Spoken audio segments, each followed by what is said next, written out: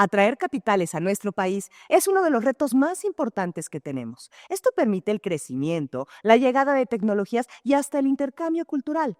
Pero existen factores como la inseguridad, la poca certeza jurídica y decisiones como la desaparición de los organismos autónomos que ponen en riesgo la inversión extranjera. ¿Cómo se ve el futuro cercano en este tema para México? Soy Laisha Wilkins, hablemos de esto acá en News.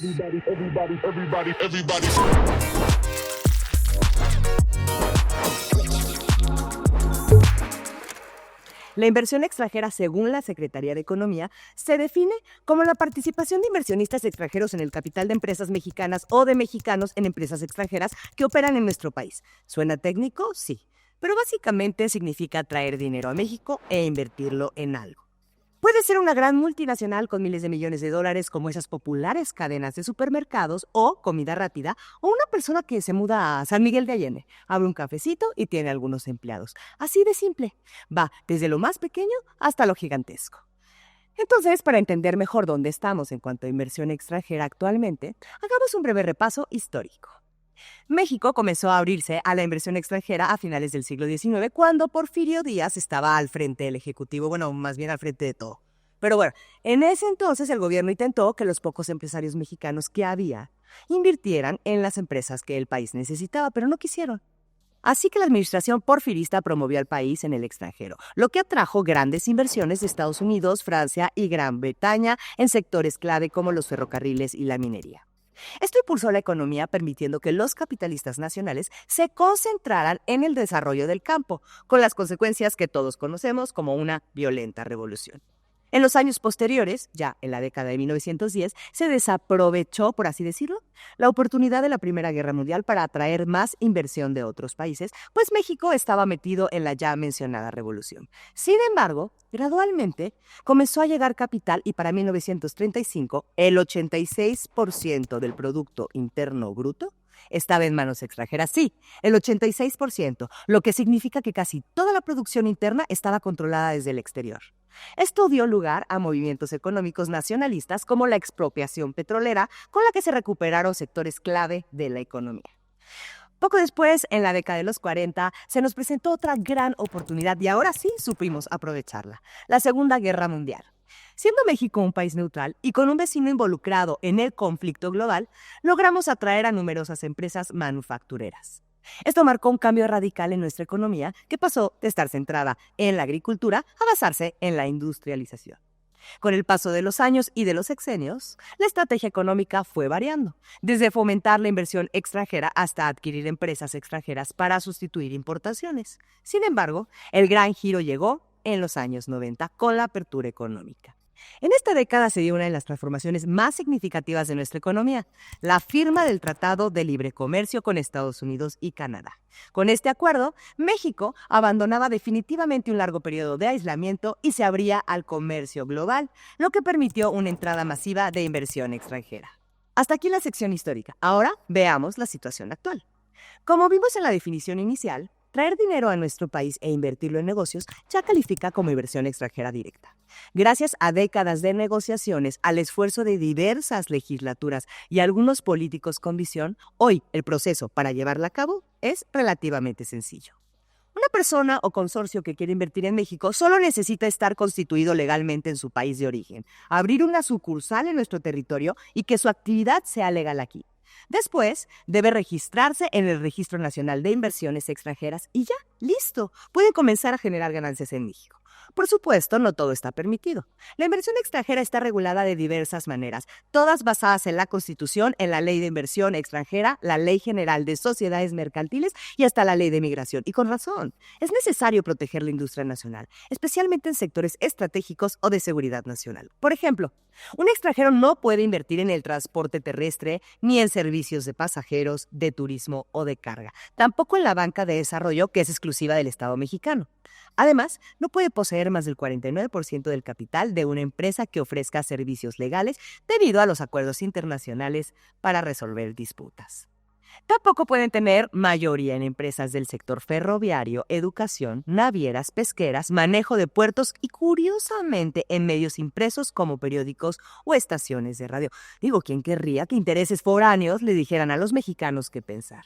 Bueno, seguramente esto lo habrán resonado antes de la era del Internet, porque ahora todos tenemos acceso a la información de cualquier parte del mundo, pero esa es otra historia. Volviendo al tema, últimamente se ha hablado mucho de la inversión extranjera y hay dos razones clave para esto. Primero, el nearshoring, que básicamente consiste en atraer empresas, principalmente de Asia, a nuestro territorio para abastecer las cadenas productivas que tenemos con Estados Unidos, nuestro principal inversor en México, quien aporta el 44% del dinero que entra para este fin a nuestro país. Le siguen a mucha distancia Alemania con un 13% y Japón con un 10%.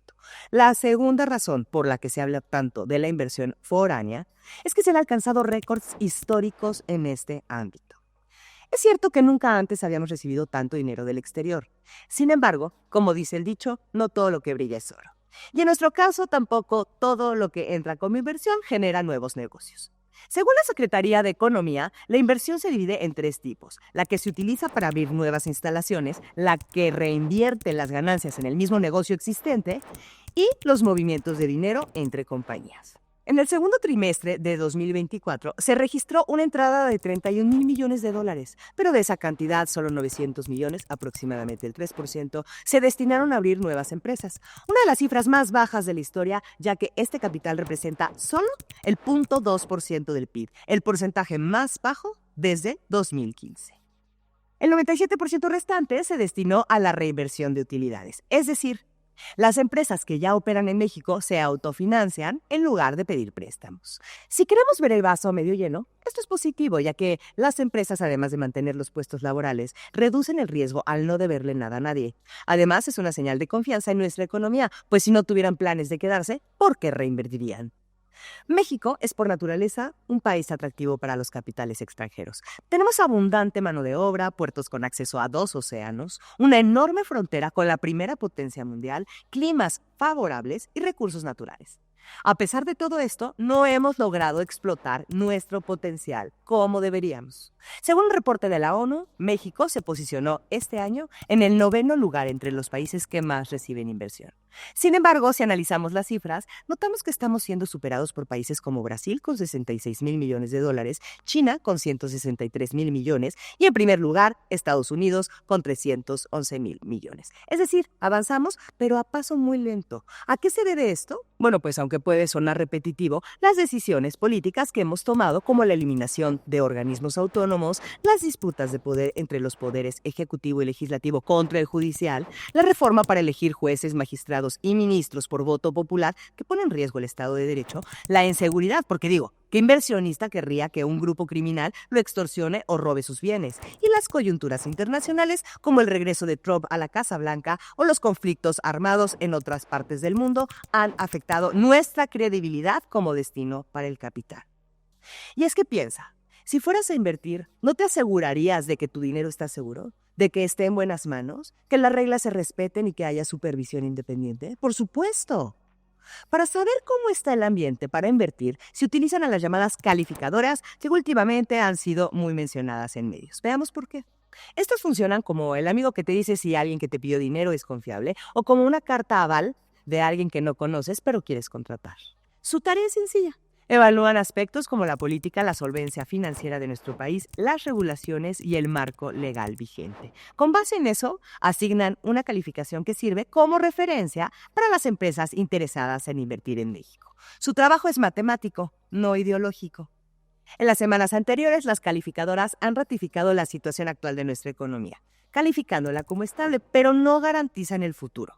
De hecho, no nos tienen mucha confianza y nos han advertido que debemos prestar atención a nuestras decisiones políticas, ya que podrían repercutir negativamente en la economía. Nos están alertando con tiempo. Habrá que ver cómo reacciona el gobierno de Claudia Sheinbaum ante esto, así como ante la llegada de Trump a la Casa Blanca, porque no bastan cartas diplomáticas, ni llamadas o posturas de ambos lados. Necesitamos acciones concretas. La inversión extranjera directa no solo atrae capitales, también trae consigo tecnología y hasta intercambios culturales. México es un país con gran capacidad que tiene todos los recursos para crecer y ofrecer mejores resultados en este tema.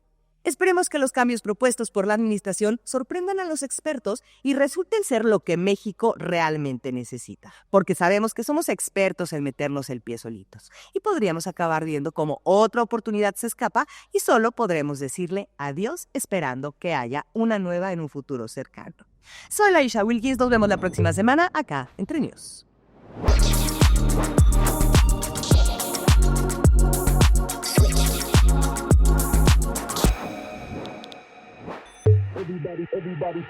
Everybody.